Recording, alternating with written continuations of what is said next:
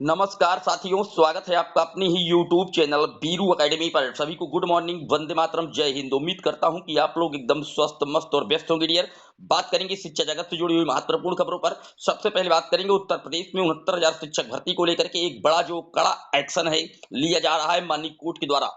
बात करेंगे हाईकोर्ट के फैसले का जो असर है उसके संदर्भ में बीएड अभ्यर्थी जहां पर भी चयनित है उनका जो डाटा है वो तलब किया जा रहा है माननीय 11 अगस्त 2023 के जजमेंट के अकॉर्डिंग। जैसा कि आप जानते हैं एनसीटी का गजट क्वेश्चन है, उसके अकॉर्डिंग बीएड चयनितों को लेकर के जो बड़े फैसले हैं वो लगातार राज्य सरकारों के द्वारा उठाए जा रहे हैं। पूरी तरीके से बात करेंगे, लेकिन चैनल पर जितने लोग पहली बार विजिट कर रहे हैं सब्सक्राइब करके बेल आइकन प्रेस कर लीजिए। डियर, आपकी स्क्रीन पर जो पहली अपडेट लगी हुई है वो आप देख सकते हैं, उत्तर प्रदेश से जुड़ी है। यहाँ पर बताया जा रहा है कि शिक्षक भर्ती में नए अंकों पर बने मेरिट। 69,000 सहायक शिक्षक भर्ती के एक अंक विवाद मामले में हाईकोर्ट की लखनऊ बेंच ने बेसिक शिक्षा विभाग को संशोधित नंबर के आधार पर मेरिट लिस्ट तैयार करने का प्रक्रिया पूर्ण करने का आदेश दिया है। हाईकोर्ट ने 22 नवंबर को बेसिक शिक्षा बोर्ड के सचिव प्रताप सिंह बघेल व परीक्षा नियामक प्राधिकारी के सचिव अनिल भूषण चतुर्वेदी पर अवमानना का आरोप तय किया था। इसके बाद त्वरित कार्रवाई करते हुए याची को एक अतिरिक्त अंक दे दिया गया। इस संबंध में 15 दिसंबर का आदेश प्रस्तुत करते हुए न्यायालय को यह जानकारी दी गई। इस पर न्यायालय ने संबंधित अवमानना याचिका को खारिज कर दिया है। साथ ही विभाग को संशोधित नंबर के आधार पर मेरिट लिस्ट तैयार करके प्रक्रिया पूरी करने का आदेश दिया है। यह आदेश न्यायमूर्ति राजेश सिंह चौहान की एकल पीठ ने याची सुरंगमा की अवमानना याचिका पर पारित किया है। न्यायालय ने कहा है कि समय पर प्रक्रिया पूर्ण नहीं की जाती तो याची अवमानना याचिका के पुनर्स्थापन के लिए प्रार्थना पत्र दे सकते हैं। तो आप देख सकते हैं, यहाँ पर लिखा हुआ है अधिकारियों पर अवमानना के लगे थे आरोप।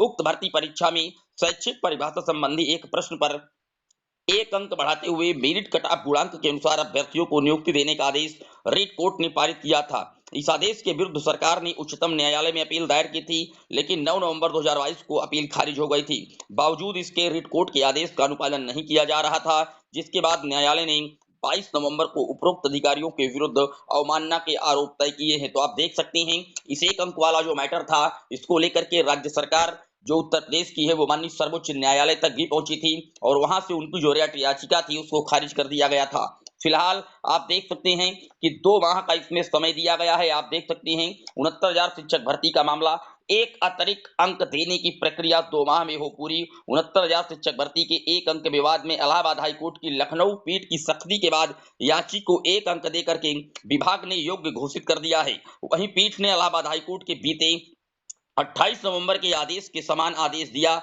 इसके तहत अन्य अभ्यर्थियों को भी एक अतिरिक्त अंक देने की प्रक्रिया 2 माह में पूरी कर ली जाए। आदेश का पालन होने पर कोर्ट ने 2 अफसरों के खिलाफ अवमानना मामला खारिज किया है। तो आप देख सकते हैं, कहीं ना कहीं अब लगभग 1000 इसमें जो कैंडिडेट हैं जो एक अंक वाले मैटर से फंसे थे उनका जो भविष्य है वो पूरी तरीके से अब साफ होता दिख रहा है। माननीय कोर्ट के बाद निश्चित तौर पर इनको जो नियुक्ति प्रक्रिया का रास्ता है वो पूरी तरीके से खुलता जा रहा है डियर। बात कर लेते हैं अगली अपडेट की। अगली अपडेट आप देख सकती हैं बीएड कैंडिडेटों से जुड़ी है। जैसा कि आप जानते हैं कि माननीय सर्वोच्च न्यायालय ने एनसीटी के बनाए हुए 28 जून 2018 के गजट को रद्द कर दिया था 11 अगस्त 2023 को। उसी के अनुपालन में अब जो चयनित बीएड के शिक्षक साथी हैं वो उनका डाटा कलेक्ट किया जा रहा है।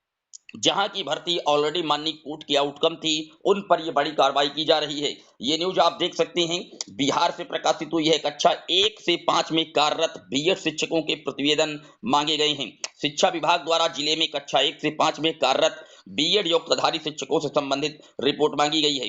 प्राथमिक शिक्षा के निदेशक मिथिलेश विश्व ने सभी जिलों के डीईओ को कक्षा 1 से 5 में कार्यरत बीएड योग्यताधारी शिक्षकों की संबंधित प्रतिवेदन 24 घंटा के अंदर ईमेल आईडी पर उपलब्ध करने का आदेश दिया है। उन्होंने पत्र के माध्यम से कहा है कि 6 दिसंबर को पटना हाईकोर्ट के पारित आदेश में कक्षा 1 से 5 में कार्यरत बीएड शिक्षकों संबंधित प्रतिवेदन मांगा गया है। प्रतिवेदन में ये जानकारी उपलब्ध करानी होगी। 1/7/2006 को पंचायत प्रखंड शिक्षक के रूप में समायोजित एवं कार्यरत बीएड योग्यताधारी शिक्षकों की संख्या कितनी है, 2006 से 7 में नियोजित कितने हैं और 2008-10 में स्थानीय निकायों पर नियोजित एवं कार्यरत बीएड योग्यताधारी शिक्षकों की संख्या कितनी है। तो आप देख सकते हैं यहाँ पर बीपीएससी द्वारा वर्ष 2023 में नियुक्त एवं कार्यरत बीएड योग्यताधारी विद्यालय अध्यापकों की संख्या कितनी है। पूरी तरीके से आज तक 2006 से लगा करके पूरी तरीके से जो डाटा है वो मांगा जा रहा है, क्योंकि आप जानते हैं एनसीटी का गजट क्वैस है और ऑलरेडी जो 6वें चरण की शिक्षक भर्ती हुई थी बिहार में वो माननीय कोर्ट के आउटकम थी और वहां से लगभग 22,000 बीएड कैंडिडेटों को बाहर करने का जो आदेश है पटना हाई कोर्ट ने दिया था सुप्रीम कोर्ट के जजमेंट का हवाला देते हुए। इसी तरीके से सेम पोजीशन उत्तराखंड में भी है। उत्तराखंड हाई कोर्ट ने भी सुप्रीम कोर्ट का हवाला देते हुए बीएड चयनितों को बाहर करने का आदेश दिया था और वहां पर भी इस तरीके का जो डाटा है वो लगातार मांगा जा रहा है कि कितने कैंडिडेट सिलेक्ट हैं, क्या कुछ है उनकी स्थिति है, तो तत्काल प्रभाव से हमको भेजिए, क्योंकि हमें माननीय कोर्ट का जो आदेश आया है उसके अकॉर्डिंग पूरी प्रक्रिया को करना है। हालांकि बिहार में सरकार लगातार ये कह रही है कि हम माननीय सर्वोच्च न्यायालय पहुंचेंगे इन 22,000 कैंडिडेटों का जो भविष्य है उसको बचाने के लिए।